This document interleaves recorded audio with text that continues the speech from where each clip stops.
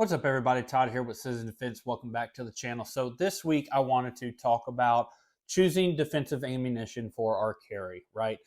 When it comes to defensive ammunition, there are a few key things we need to pay attention to. There's stuff out there that are known performers.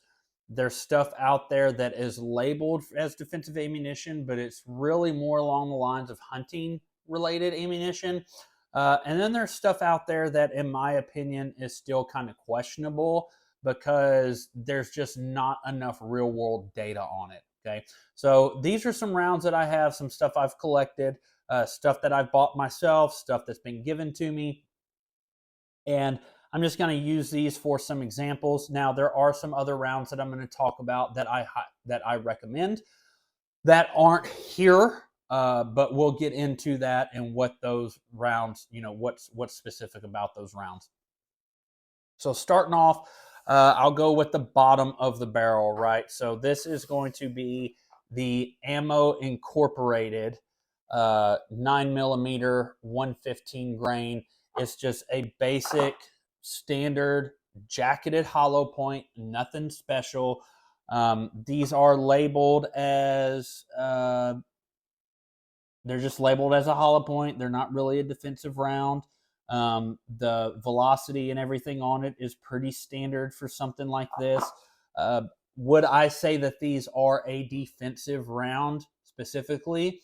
They could be if you're not looking to deal with a round that can contend with any type of barriers, right? If you're just looking for straight rounds on body type of thing, these could work. Now, I would be worried about their performance getting clogged up and if they're going to open as they're supposed to, right? But ultimately, I would say that these particular off-brand rounds are better suited for like a hunting style cartridge. Now, kind of following up with this along the same style of round, this is going to be name brand though, is going to be the Hornady American Gunner. Now, these are some that I bought that I had in a pinch because they didn't have anything else at the time. And so I shot a couple of them. They did okay. They're accurate and stuff.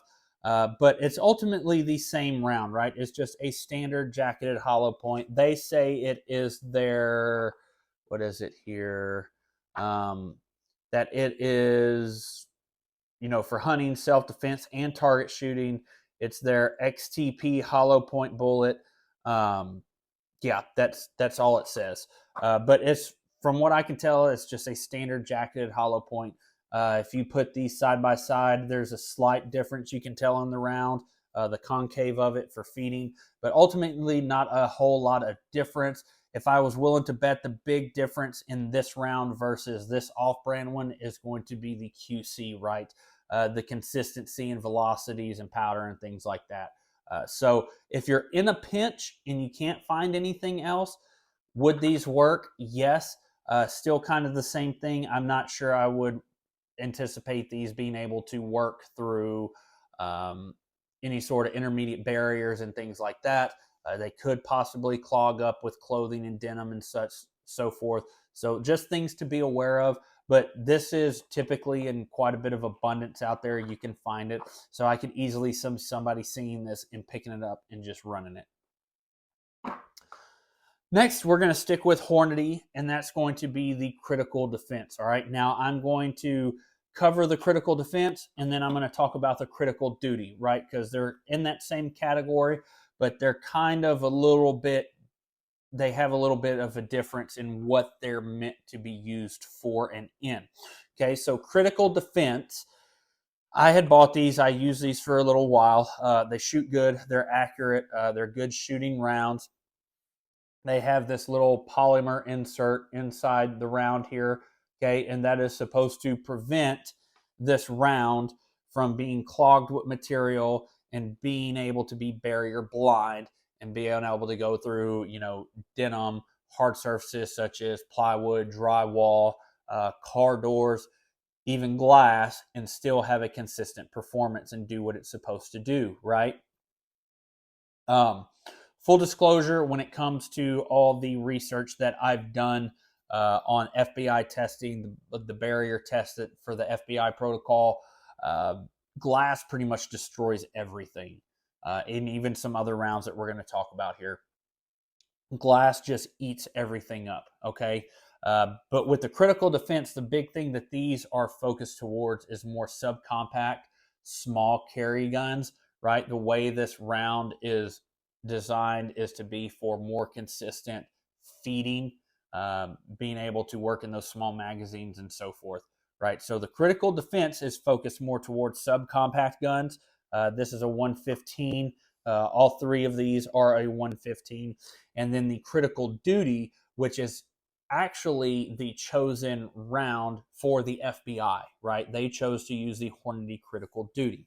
That is more suited for like full size guns, right? Duty guns, 4 inches and up.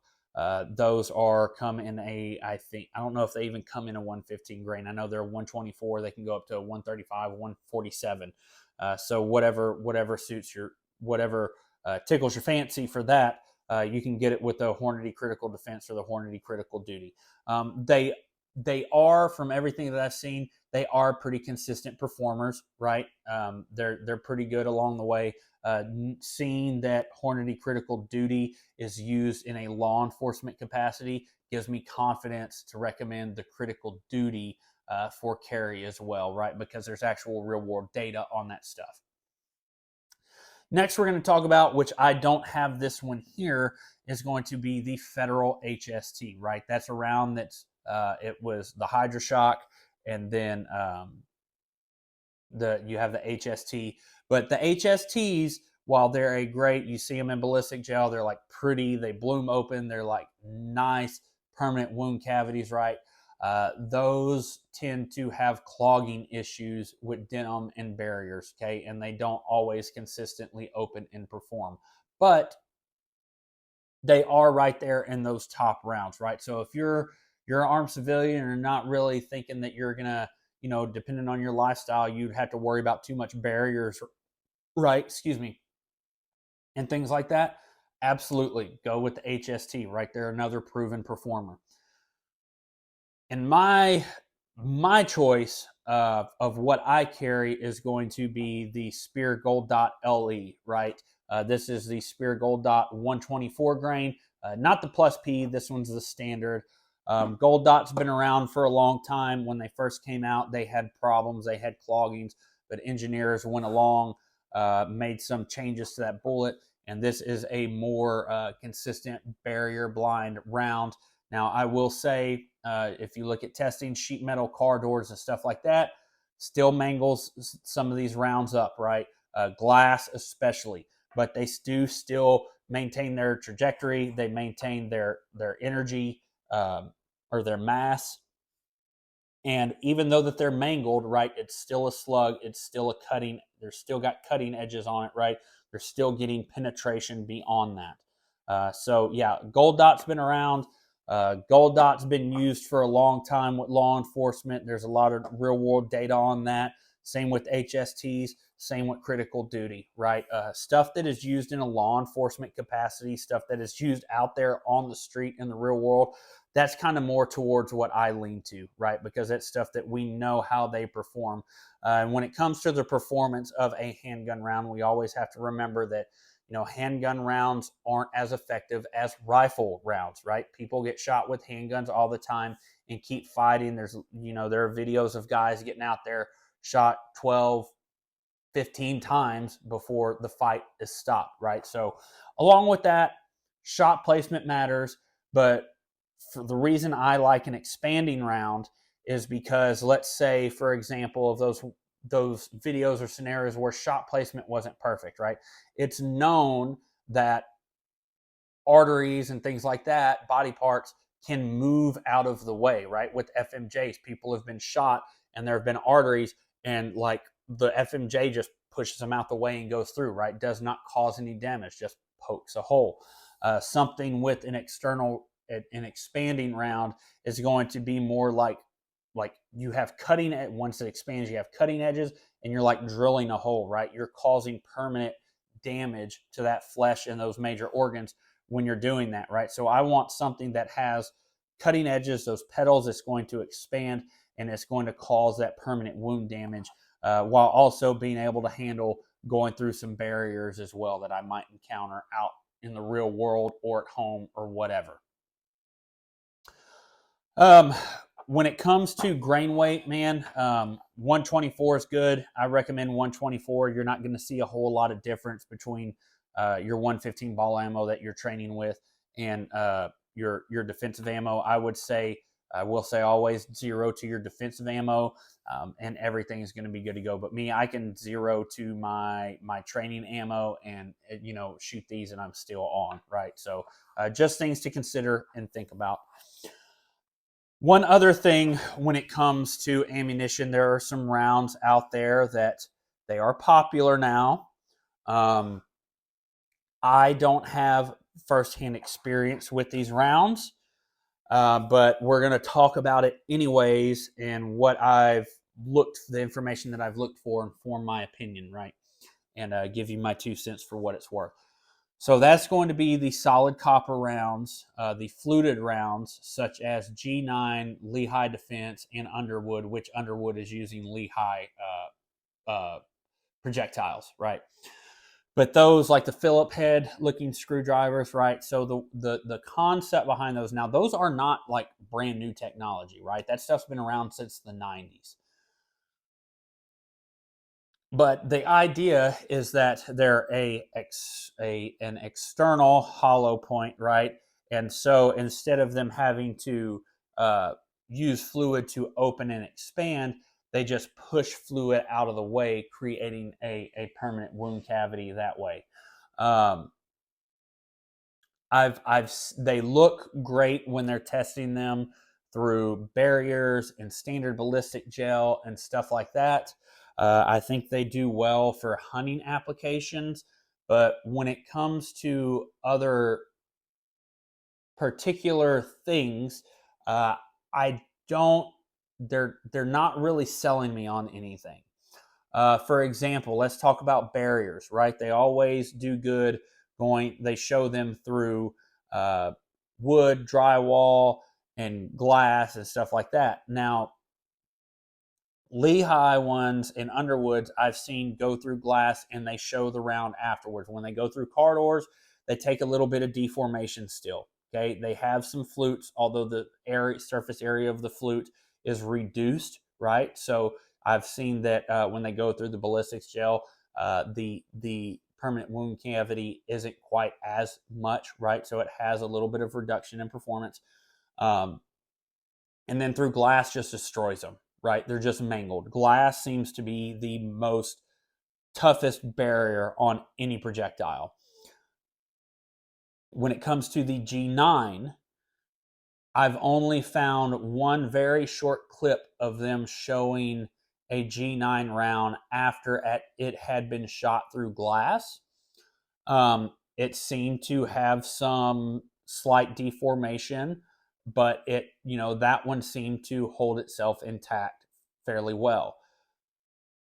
The problem that I have is that is the only clip that I have been able to find of a G9 round after it has been shot through glass, right? So this other solid copper rounds like the Underwood and the Lehigh, I've seen videos of those and they still get mangled after being shot through glass. Everything that I see of the G9 ammo, when they shoot it through glass, they're shooting it and they're showing that, hey, you shoot this thing through glass, still holds its momentum, holds its trajectory, and it still hits the target. But we don't look at the round after it, right, to see what condition it is. That's kind of questionable to me. Another thing with the G9 is that on their website they say that they are adopted by law enforcement agencies all over the country. I cannot find any information of which law enforcement agencies have adopted those rounds. I may not have access to be able to find that information, right? I may not have access to that to the public. But I can't find any. The only thing that I can find is there's a sheriff's department that they have on their website that they have videos where they're doing the demos of, and I would assume maybe that department adopted it, but there's not a lot of information out there of law enforcement adopting these rounds.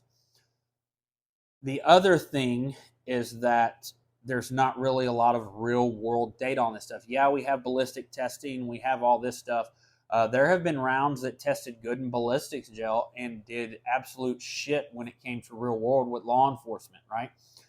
So without that data of this stuff being used and adopted by law enforcement, I have a hard time backing it. Now, I talk about it all the time when it comes to training, right? Like, stuff that's trained in law enforcement isn't always the best. But when it comes to data information of real world use, when it comes to projectiles and what's working out there, like, that's the kind of stuff that I do look at from a law enforcement standpoint, because they're using this stuff, getting in these encounters on a regular basis.